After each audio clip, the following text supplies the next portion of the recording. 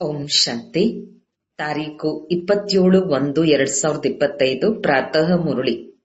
ಮಧುರ ಮಕ್ಕಳೇ, ಯಾವಾಗ ನಿಮ್ಮದು ಕರ್ಮಾತೀತ ಸ್ಥಿತಿ ಆಗುವುದೋ ಆಗ ವಿಷ್ಣುಪುರಿಯಲ್ಲಿ ಹೋಗುತ್ತೀರಿ. ಗೌರವಪೂರ್ಣವಾಗಿ ಉತ್ತೀರ್ಣರಾಗುವ ಮಕ್ಕಳೇ ಕರ್ಮಾತೀತರಾಗುತ್ತಾರೆ. ಪ್ರಶ್ನೆ: ನೀವು ಮಕ್ಕಳಿಗಾಗಿ ಇಬ್ಬರೂ ತಂದೆಯರು ಯಾವ ಪರಿಶ್ರಮ ಪಡುತ್ತಾರೆ? ಉತ್ತರ: ಮಕ್ಕಳು ಸ್ವರ್ಗಕ್ಕೆ ಯೋಗ್ಯರಾಗಲು ಸರ್ವಗುಣ ಸಂಪನ್ನ 16 ಕಲಾ ಸಂಪೂರ್ಣರನ್ನಾಗಿ ಮಾಡಲು ಬಾಬ್ದಾದ ಇಬ್ಬರು ಪರಿಶ್ರಮ ಪಡುತ್ತಾರೆ. ಇದು ಹೇಗೆ ನಿಮಗೆ ಡಬಲ್ ಇಂಜಿನ್ ಸಿಕ್ಕಿದೆ. ಇಂತಹ ಅದ್ಭುತವಾದ ವಿದ್ಯೆಯನ್ನು ಓದಿಸುತ್ತಾರೆ, ಯಾವುದರಿಂದ ನೀವು 21 ಜನ್ಮಗಳ ರಾಜ್ಯ ಭಾಗ್ಯವನ್ನು ಪಡೆಯುತ್ತೀರಿ. ಗೀತೆ: ಬಾಲ್ಯದ ದಿನಗಳನ್ನು ಮರೆಯಬಾರದು.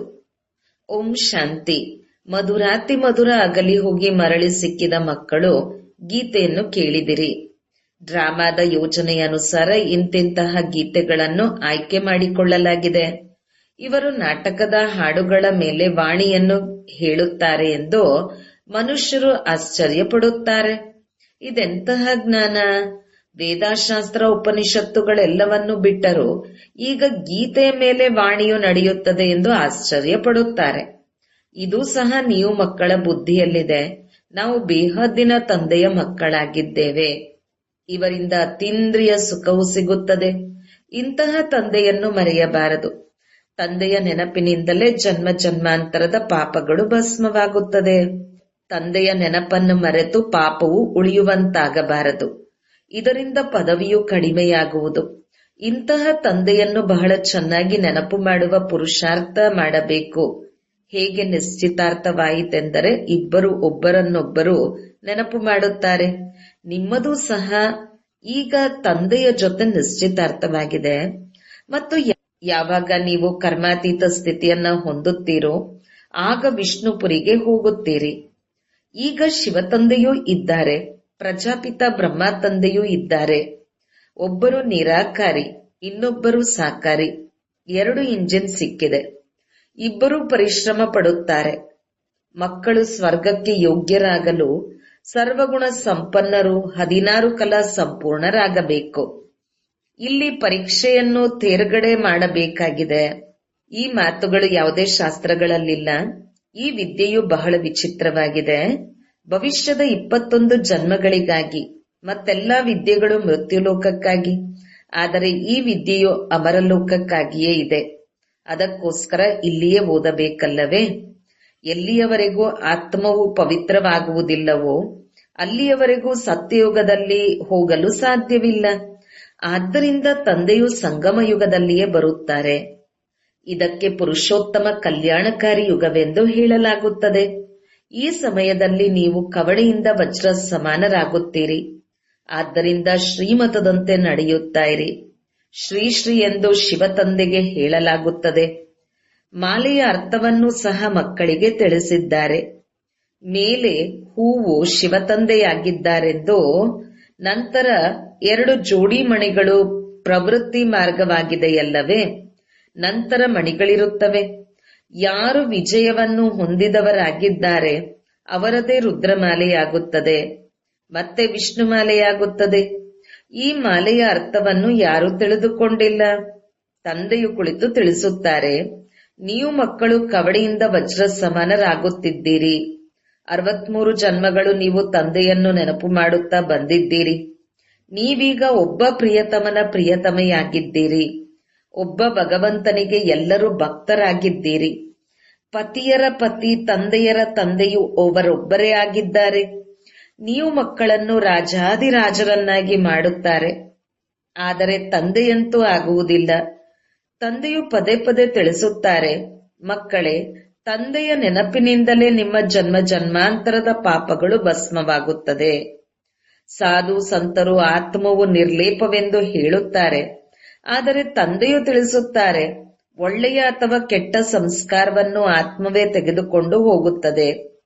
ಎಲ್ಲಿ ನೋಡಿದರಲ್ಲಿ ಭಗವಂತನೇ ಭಗವಂತನಿದ್ದಾರೆ. ಇದೆಲ್ಲವೂ ಭಗವಂತನ ಲೀಲೆಯಾಗಿದೆ ಎಂದು ಅವರು ಹೇಳುತ್ತಾರೆ. ವಾಮ ಮಾರ್ಗದಲ್ಲಿ ಸಂಪೂರ್ಣ ಕೊಳಕಾಗಿ ಬಿಡುತ್ತಾರೆ. ಇಂತಹ ಮತದ ಮೇಲೂ ಸಹ ಲಕ್ಷಾಂತರ ಮಂದಿ ನಡೆಯುತ್ತಿದ್ದಾರೆ. ಇದು ಸಹ ನಾಟಕದಲ್ಲಿ ನಿಗದಿಯಾಗಿದೆ. ಸದಾ ಬುದ್ಧಿಯಲ್ಲಿ 3 ಧಾಮಗಳನ್ನು ನೆನಪಿಟ್ಟುಕೊಳ್ಳಿ. ಶಾಂತಿಧಾಮ, ಎಲ್ಲಿ ಆತ್ಮಗಳಿರುತ್ತಾರೆ. ಸುಖಧಾಮವೆಂದರೆ ಅಲ್ಲಿ ಹೋಗುವುದಕ್ಕಾಗಿ ನೀವು ಪುರುಷಾರ್ಥ ಮಾಡುತ್ತಿದ್ದೀರಿ. ದುಃಖಧಾಮವು ಅರ್ಧಕಲ್ಪದ ನಂತರ ಆರಂಭವಾಗುತ್ತದೆ. ಭಗವಂತನಿಗೆ ಪರಮಪಿತ ಪರಮಾತ್ಮನೆಂದು ಕರೆಯಲಾಗುತ್ತದೆ. ಅವರು ನರಕವನ್ನು ಸ್ಥಾಪನೆ ಮಾಡುವುದಿಲ್ಲ. ನಾನು ಸುಖಧಾಮವನ್ನೇ ಸ್ಥಾಪನೆ ಮಾಡುತ್ತೇನೆಂದು ತಂದೆಯು ತಿಳಿಸುತ್ತಾರೆ. ಇದು ಸೋಲು ಗೆಲುವಿನ ಆಟವಾಗಿದೆ.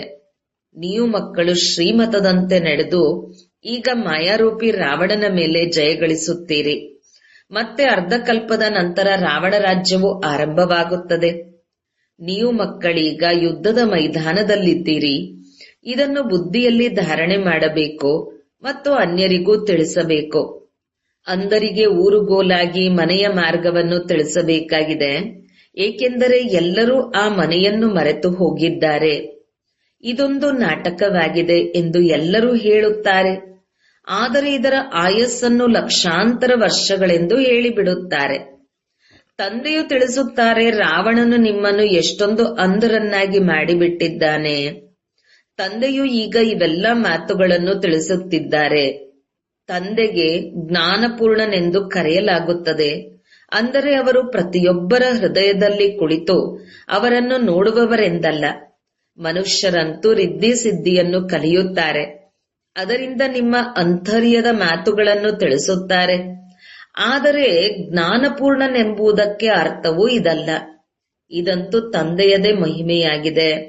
ಅವರು ಜ್ಞಾನ ಸಾಗರ, ಆನಂದ ಸಾಗರನಾಗಿದ್ದಾರೆ. ಅವರು ಅಂತರ್ಯಾಮಿಯಾಗಿದ್ದಾರೆಂದು ಮನುಷ್ಯರು ಹೇಳುತ್ತಾರೆ. ಆದರೆ ಈಗ ನೀವು ಮಕ್ಕಳು ತಿಳಿದುಕೊಂಡಿದ್ದೀರಿ, ತಂದೆಯಂತೂ ಶಿಕ್ಷಕನಾಗಿದ್ದಾರೆ, ನಮಗೆ ಓದಿಸುತ್ತಾರೆ. ಅವರು ಆತ್ಮೀಯ ತಂದೆಯೂ ಆಗಿದ್ದಾರೆ, ಆತ್ಮೀಯ ಸದ್ಗುರುವೂ ಆಗಿದ್ದಾರೆ. ಅಲ್ಲಿ ದೈಹಿಕ ಶಿಕ್ಷಕರು ಗುರುಗಳಿರುತ್ತಾರೆ. ಅದರಲ್ಲಿಯೂ ಅವರು ಬೇರೆ ಬೇರೆಯವರಿರುತ್ತಾರೆ.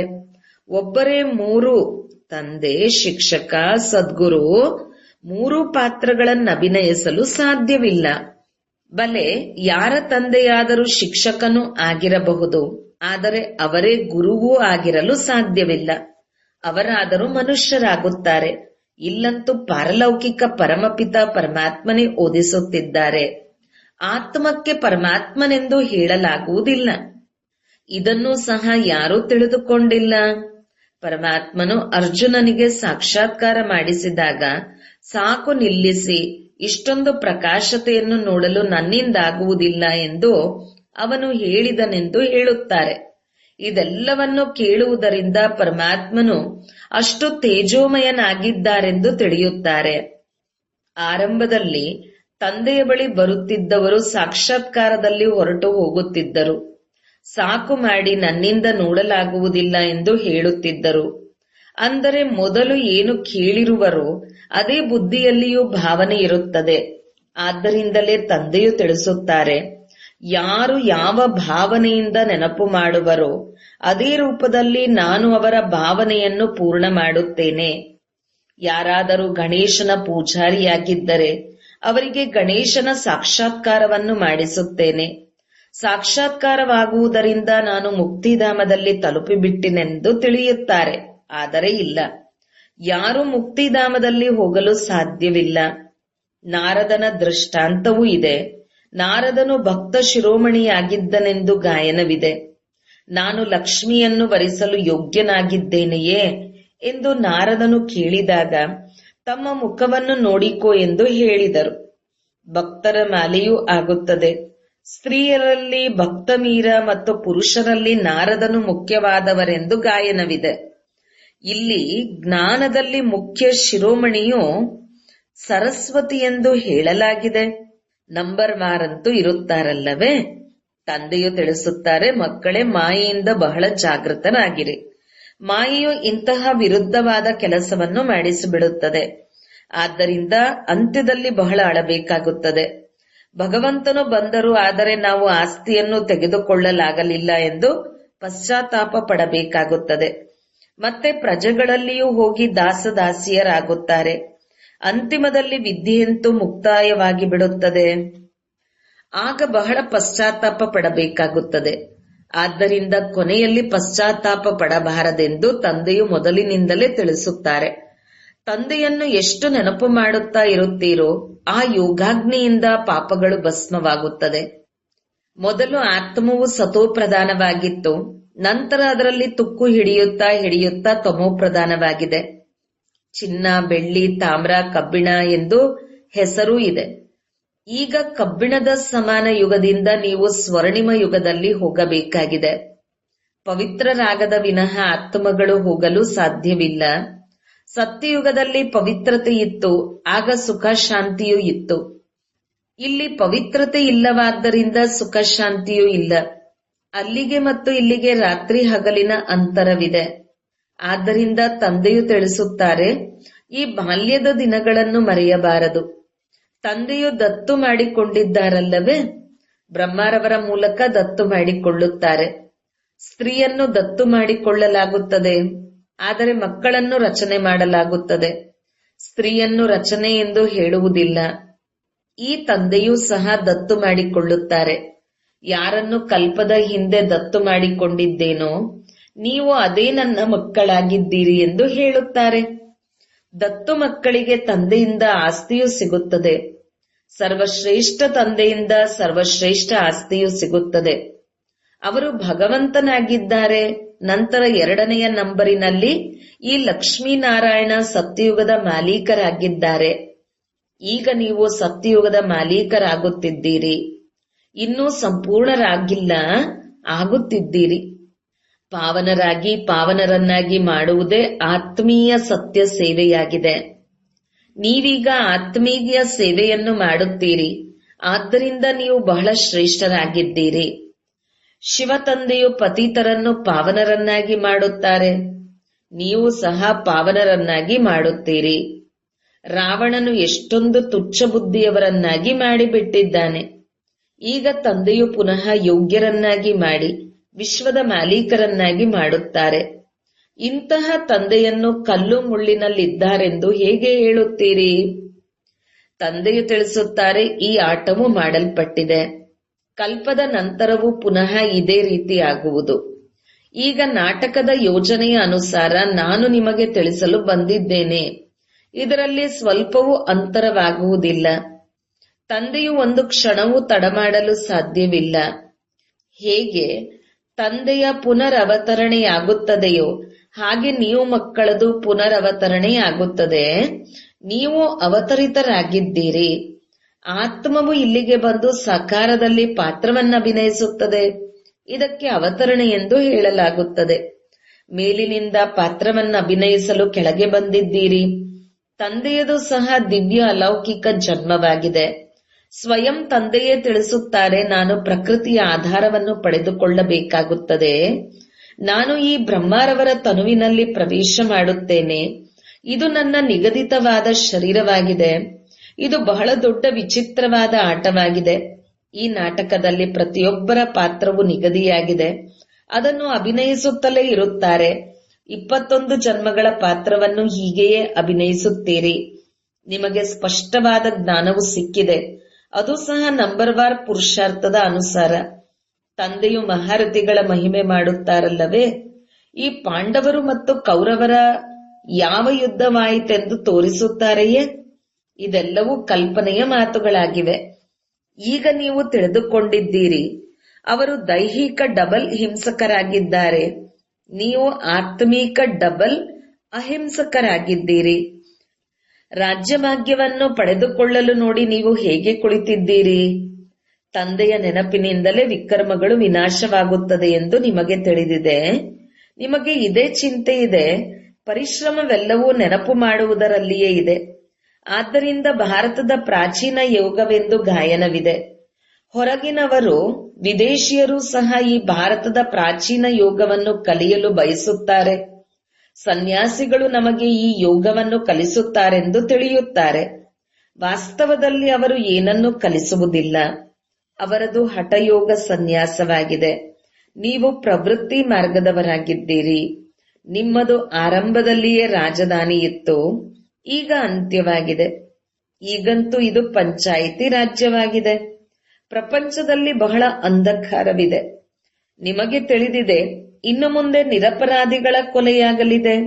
ಇದೂ ಸಹ ಒಂದು ಆಟವನ್ನು ತೋರಿಸುತ್ತಾರೆ. ಆದರೆ ಇದು ಬೇಹದ್ದಿನ ಮಾತಾಗಿದೆ. ಎಷ್ಟೊಂದು ಕೊಲೆಗಳಾಗುತ್ತವೆ, ಪ್ರಾಕೃತಿಕ ವಿಕೋಪಗಳಾಗುತ್ತದೆ, ಎಲ್ಲರ ಮೃತ್ಯುವಾಗುತ್ತದೆ. ಇದಕ್ಕೆ ರಕ್ತಪಾತವೆಂದು ಹೇಳಲಾಗುತ್ತದೆ. ಇದನ್ನೆಲ್ಲ ನೋಡುವುದಕ್ಕೂ ಬಹಳ ಧೈರ್ಯವಿರಬೇಕು. ಅಂಜುಬುರುಕರಂತೂ ಬಹಳ ಬೇಗನೆ ಮೂರ್ಛಿತರಾಗಿ ಬಿಡುತ್ತಾರೆ. ಆದರೆ ಇದರಲ್ಲಿ ಬಹಳ ನಿರ್ಭಯತೆ ಇರಬೇಕು. ನೀವು ಶಿವಶಕ್ತಿಯರಾಗಿದ್ದೀರಲ್ಲವೇ? ಶಿವತಂದೆಯು ಸರ್ವಶಕ್ತಿವಂತನಾಗಿದ್ದಾರೆ. ನಾವು ಅವರಿಂದ ಶಕ್ತಿಯನ್ನು ಪಡೆದುಕೊಳ್ಳುತ್ತೇವೆ. ಪತೀತರಿಂದ ಪಾವನರಾಗುವ ಯುಕ್ತಿಯನ್ನು ತಂದೆಯೇ ತಿಳಿಸುತ್ತಾರೆ. ತಂದೆಯು ಸಂಪೂರ್ಣ ಸಹಜವಾದ ಸಲಹೆಯನ್ನು ನೀಡುತ್ತಾರೆ. ಮಕ್ಕಳೇ, ನೀವು ಸತೋಪ್ರಧಾನರಾಗಿದ್ದೀರಿ, ಈಗ ತಮೋಪ್ರಧಾನರಾಗಿದ್ದೀರಿ. ಈಗ ತಂದೆಯು ತಿಳಿಸುತ್ತಾರೆ, ನೀವು ನನ್ನನ್ನು ನೆನಪು ಮಾಡಿದರೆ ಪಾವನ ಸತೋಪ್ರಧಾನರಾಗಿ ಬಿಡುತ್ತೀರಿ. ಆತ್ಮವು ತಂದೆಯ ಜೊತೆ ಯೋಗವನ್ನಿಡಬೇಕಾಗಿದೆ. ಅದರಿಂದ ಪಾಪಗಳು ಭಸ್ಮವಾಗುತ್ತದೆ. ಅಥಾರಿಟಿಯು ತಂದೆಯೇ ಆಗಿದ್ದಾರೆ. ವಿಷ್ಣುವಿನ ನಾಭಿಯಿಂದ ಬ್ರಹ್ಮನು ಬಂದರು. ಅವರ ಮೂಲಕ ಕುಳಿತು ಎಲ್ಲಾ ವೇದಾಶಾಸ್ತ್ರಗಳ ರಹಸ್ಯವನ್ನು ತಿಳಿಸಿದರೆಂದು ಚಿತ್ರಗಳಲ್ಲಿ ತೋರಿಸುತ್ತಾರೆ. ಈಗ ನೀವು ತಿಳಿದುಕೊಂಡಿದ್ದೀರಿ, ಬ್ರಹ್ಮನಿಂದ ವಿಷ್ಣು, ವಿಷ್ಣುವಿನಿಂದ ಬ್ರಹ್ಮನಾಗುತ್ತಾರೆ. ಬ್ರಹ್ಮರವರ ಮೂಲಕ ಸ್ಥಾಪನೆ ಮಾಡುತ್ತಾರೆ. ಮತ್ತೆ ಯಾವ ಸ್ಥಾಪನೆ ಆಯಿತೋ ಅದರ ಪಾಲನೆಯನ್ನು ಅವಶ್ಯಕವಾಗಿ ಮಾಡುತ್ತಾರಲ್ಲವೇ? ಇದೆಲ್ಲವನ್ನು ಬಹಳ ಚೆನ್ನಾಗಿ ತಿಳಿಸಲಾಗುತ್ತದೆ. ಇದನ್ನು ಯಾರು ತಿಳಿದುಕೊಳ್ಳುವರೋ ಅವರಿಗೆ ಈ ಆತ್ಮಿಕ ಜ್ಞಾನವು ಎಲ್ಲರಿಗೆ ಹೇಗೆ ಸಿಗುವುದು? ನಮ್ಮ ಬಳಿ ಹಣವಿದ್ದರೆ ನಾವೇಕೆ ಸೇವಾ ಕೇಂದ್ರವನ್ನು ತೆರೆಯಬಾರದೆಂಬ ವಿಚಾರಗಳು ಬರುತ್ತವೆ. ತಂದೆಯು ತಿಳಿಸುತ್ತಾರೆ, ಒಳ್ಳೆಯದು, ಬಾಡಿಗೆ ಮನೆಯಾದರೂ ತೆಗೆದುಕೊಳ್ಳಿ, ಅದರಲ್ಲಿ ಈ ಆಸ್ಪತ್ರೆ ಮತ್ತು ವಿಶ್ವವಿದ್ಯಾಲಯವನ್ನು ತೆರೆಯಿರಿ. ಯೋಗದಿಂದ ಮುಕ್ತಿ, ಜ್ಞಾನದಿಂದ ಜೀವನ್ಮುಕ್ತಿಯಾಗುತ್ತದೆ. 2 ಆಸ್ತಿಗಳು ಸಿಗುತ್ತದೆ. ಇದರಲ್ಲಿ ಕೇವಲ 3 ಹೆಜ್ಜೆಗಳಷ್ಟು ಭೂಮಿಯು ಬೇಕು, ಮತ್ತೇನು ಬೇಕಿಲ್ಲ. ಈಶ್ವರೀಯ ವಿಶ್ವವಿದ್ಯಾಲಯವನ್ನು ತೆರೆಯಿರಿ. ವಿಶ್ವವಿದ್ಯಾಲಯದ ಅಥವಾ ಯೂನಿವರ್ಸಿಟಿ ಒಂದೇ ಮಾತಾಗಿದೆ. ಇದು ಮನುಷ್ಯರಿಂದ ದೇವತೆಗಳಾಗುವ ಎಷ್ಟು ದೊಡ್ಡ ಯೂನಿವರ್ಸಿಟಿಯಾಗಿದೆ. ತಮ್ಮ ಖರ್ಚು ಹೇಗೆ ನಡೆಯುತ್ತದೆ ಎಂದು ಕೇಳುತ್ತಾರೆ.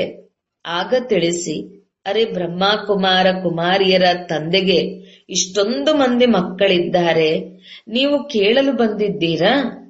ಬೋರ್ಡ್ ಅನ್ನು ನೋಡಿ ಏನು ಬರೆಯಲ್ಪಟ್ಟಿದೆ? ಬಹಳ ವಿಚಿತ್ರವಾದ ಜ್ಞಾನವಾಗಿದೆ. ತಂದೆಯು ವಿಚಿತ್ರನಾಗಿದ್ದಾರಲ್ಲವೇ? ನೀವು ಹೇಗೆ ವಿಶ್ವದ ಮಾಲೀಕರಾಗುತ್ತೀರಿ? ಶಿವ ತಂದೆಗೆ ಶ್ರೀ ಶ್ರೀ ಎಂದು ಹೇಳುತ್ತಾರೆ, ಏಕೆಂದರೆ ಶ್ರೇಷ್ಠಾತಿಶ್ರೇಷ್ಠನಾಗಿದ್ದಾರಲ್ಲವೇ? ಲಕ್ಷ್ಮೀನಾರಾಯಣರಿಗೆ ಶ್ರೀಲಕ್ಷ್ಮಿ, ಶ್ರೀನಾರಾಯಣ ಎಂದು ಹೇಳಲಾಗುತ್ತದೆ. ಇವೆಲ್ಲವೂ ಬಹಳ ಚೆನ್ನಾಗಿ ಧಾರಣೆ ಮಾಡುವ ಮಾತುಗಳಾಗಿವೆ. ತಂದೆಯು ತಿಳಿಸುತ್ತಾರೆ, ನಾನು ನಿಮಗೆ ರಾಜಯೋಗವನ್ನು ಕಲಿಸುತ್ತೇನೆ. ಇದು ಸತ್ಯವಾದ ಅಮರ ಕಥೆಯನ್ನು ತಿಳಿಸುತ್ತೇನೆ. ಕೇವಲ ಒಬ್ಬ ಪಾರ್ವತಿಗೆ ಅಮರ ಕಥೆಯನ್ನು ತಿಳಿಸಿರುವುದಿಲ್ಲ. ಎಷ್ಟೊಂದು ಮಂದಿ ಅಮರನಾಥಕ್ಕೆ ಹೋಗುತ್ತಾರೆ. ನೀವು ಮಕ್ಕಳು ರಿಫ್ರೆಶ್ ಆಗಲು ತಂದೆಯ ಬಳಿ ಬಂದಿದ್ದೀರಿ. ಇದನ್ನು ಮತ್ತೆ ಎಲ್ಲರಿಗೂ ತಿಳಿಸಬೇಕು. ಹೋಗಿ ರಿಫ್ರೆಶ್ ಮಾಡಬೇಕಾಗಿದೆ. ಸೇವಾ ಕೇಂದ್ರಗಳನ್ನು ತೆರೆಯಬೇಕು. ತಂದೆಯು ತಿಳಿಸುತ್ತಾರೆ, ಕೇವಲ 3 ಹೆಜ್ಜೆಗಳಷ್ಟು ಭೂಮಿಯನ್ನು ತೆಗೆದುಕೊಂಡು ಈ ಹಾಸ್ಪಿಟಲ್ ಕಮ್ ಯೂನಿವರ್ಸಿಟಿಯನ್ನು ತೆರೆಯಿರಿ. ಅದರಿಂದ ಅನೇಕರ ಕಲ್ಯಾಣವಾಗುವುದು. ಇದರಲ್ಲಿ ಏನೂ ಖರ್ಚಿಲ್ಲ. ಆರೋಗ್ಯ, ಐಶ್ವರ್ಯ ಮತ್ತು ಆನಂದವು 1 ಸೆಕೆಂಡಿನಲ್ಲಿ ಸಿಕ್ಕಿಬಿಡುತ್ತದೆ. ಮಗು ಜನಿಸಿತೆಂದರೆ ವಾರಸುದಾರನಾಯಿತು. ನಿಮಗೂ ಸಹ ನಿಶ್ಚಯವಾಯಿತು ಮತ್ತು ವಿಶ್ವದ ಮಾಲೀಕರಾಗಿದ್ದೀರಿ. ಮತ್ತೆ ಪುರುಷಾರ್ಥದ ಮೇಲೆ ಆಧಾರಿತವಾಗಿದೆ. ಒಳ್ಳೆಯದು. ಮಧುರಾತಿ ಮಧುರ ಅಗಲಿ ಹೋಗಿ ಮರಳಿ ಸಿಕ್ಕಿರುವ ಮಕ್ಕಳ ಪ್ರತಿ ಮಾತಪಿತಾ ಬಾಪದಾದರವರ ನೆನಪು, ಪ್ರೀತಿ ಹಾಗೂ ಸುಪ್ರಭಾತ. ಆತ್ಮೀಯ ತಂದೆಯ ಆತ್ಮೀಯ ಮಕ್ಕಳಿಗೆ ನಮಸ್ತೆ. ಧಾರಣೆಗಾಗಿ ಮುಖ್ಯ ಸಾರ 1. ಅಂತಿಮ ರಕ್ತಪಾತದ ದೃಶ್ಯವನ್ನು ನೋಡಲು ಬಹಳ ಬಹಳ ನಿರ್ಭಯ ಶಿವಶಕ್ತಿಯರಾಗಬೇಕು. ಸರ್ವಶಕ್ತಿವಂತ ತಂದೆಯ ನೆನಪಿನಿಂದ ಶಕ್ತಿಯನ್ನು ಪಡೆದುಕೊಳ್ಳಬೇಕು. 2. ಪಾವನರಾಗಿ ಅನ್ಯರನ್ನು ಪಾವನರನ್ನಾಗಿ ಮಾಡುವ ಆತ್ಮೀಯ ಸತ್ಯ ಸೇವೆಯನ್ನು ಮಾಡಬೇಕು. ಡಬಲ್ ಅಹಿಂಸಕರಾಗಬೇಕು. ಅಂಧರಿಗೆ ಊರುಗೋಲಾಗಿ ಎಲ್ಲರಿಗೆ ಮನೆಯ ಮಾರ್ಗವನ್ನು ತಿಳಿಸಬೇಕು. ವರದಾನ: ನಾನು ಮತ್ತು ನನ್ನತನವನ್ನು ಸಮಾಪ್ತಿ ಮಾಡಿ ಸಮಾನತೆ ಮತ್ತು ಸಂಪೂರ್ಣತೆಯ ಅನುಭವ ಮಾಡುವಂತಹ ಸತ್ಯ ತ್ಯಾಗಿ ಭವ. ಪ್ರತಿ ಸೆಕೆಂಡು, ಪ್ರತಿ ಸಂಕಲ್ಪದಲ್ಲಿ ಬಾಬಾ ಬಾಬಾ ನೆನಪಿರಲಿ. ನನ್ನತನ ಸಮಾಪ್ತಿಯಾಗಿ ಬಿಡಲಿ. ಯಾವಾಗ ನಾನೇ ಇಲ್ಲ ಎಂದ ಮೇಲೆ ನನ್ನದು ಇಲ್ಲ. ನನ್ನ ಸ್ವಭಾವ, ನನ್ನ ಸಂಸ್ಕಾರ, ನನ್ನ ನೇಚರ್, ನನ್ನ ಕೆಲಸ ಅಥವಾ ಡ್ಯೂಟಿ, ನನ್ನ ಹೆಸರು, ನನ್ನ ಕೀರ್ತಿ ಇತ್ಯಾದಿ ಯಾವಾಗ ಈ ನಾನು ಮತ್ತು ನನ್ನತನ ಸಮಾಪ್ತಿಯಾಗಿ ಬಿಡುತ್ತದೆ, ಆಗ ಇದೇ ಸಮಾನತೆ ಮತ್ತು ಸಂಪೂರ್ಣತೆಯಾಗಿದೆ. ಈ ನಾನು ಮತ್ತು ನನ್ನತನದ ತ್ಯಾಗವೇ ದೊಡ್ಡದರಲ್ಲಿ ದೊಡ್ಡ ಸೂಕ್ಷ್ಮ ತ್ಯಾಗವಾಗಿದೆ. ಈ ನನ್ನತನವೆಂಬ ಅಶ್ವವನ್ನು ಅಶ್ವಮೇಧ ಯಜ್ಞದಲ್ಲಿ ಸ್ವಾಹ ಮಾಡಿ ಯಾವಾಗ ಅಂತಿಮ ಆಹುತಿ ಬೀಳುವುದು, ಆಗ ವಿಜಯದ ನಗಾರಿ ಬಾರಿಸುವುದು. ಸ್ಲೋಗನ್: ಹಾಂಜಿ ಎನ್ನುತ್ತಾ ಸಹಯೋಗದ ಕೈಯನ್ನು ಮುಂದೆ ಚಾಚುವುದು, ಅರ್ಥಾತ್ ಆಶೀರ್ವಾದದ ಮಾಲೆಯನ್ನು ಧರಿಸುವುದಾಗಿದೆ. ತಮ್ಮ ಶಕ್ತಿಶಾಲಿ ಮನಸ್ಸ ಮೂಲಕ ಸಕಾಶ್ ಕೊಡುವ ಸೇವೆಯನ್ನು ಮಾಡಿರಿ. ಮನಸ್ಸಿನ ಮೂಲಕ ಸಕಾಶ್ ಯಾವಾಗ ಕೊಡಲು ಸಾಧ್ಯವೆಂದರೆ ನಿರಂತರ ಏಕರಸ ಸ್ಥಿತಿಯಲ್ಲಿ ಸ್ಥಿತರಾಗುವ ಅಭ್ಯಾಸವಾದಾಗ. ಇದಕ್ಕಾಗಿ ಮೊದಲು ವ್ಯರ್ಥ ಸಂಕಲ್ಪಗಳನ್ನು ಶುದ್ಧ ಸಂಕಲ್ಪಗಳಲ್ಲಿ ಪರಿವರ್ತನೆ ಮಾಡಿ, ನಂತರ ಮಾಯೆಯ ಮೂಲಕ ಬರುವಂತಹ ಅನೇಕ ಪ್ರಕಾರದ ವಿಘ್ನಗಳನ್ನು ಈಶ್ವರಿಯ ಲಗನ್ನಿನ ಆಧಾರದಿಂದ ಸಮಾಪ್ತಿ ಮಾಡಿ. ಒಬ್ಬ ತಂದೆ ಬಿಟ್ಟರೆ ಬೇರೆ ಯಾರೂ ಇಲ್ಲ. ಪಾಠದ ಏಕಾಗ್ರತೆಯ ಶಕ್ತಿಯನ್ನು ಹೆಚ್ಚಿಸಿ. ಓಂ ಶಾಂತಿ.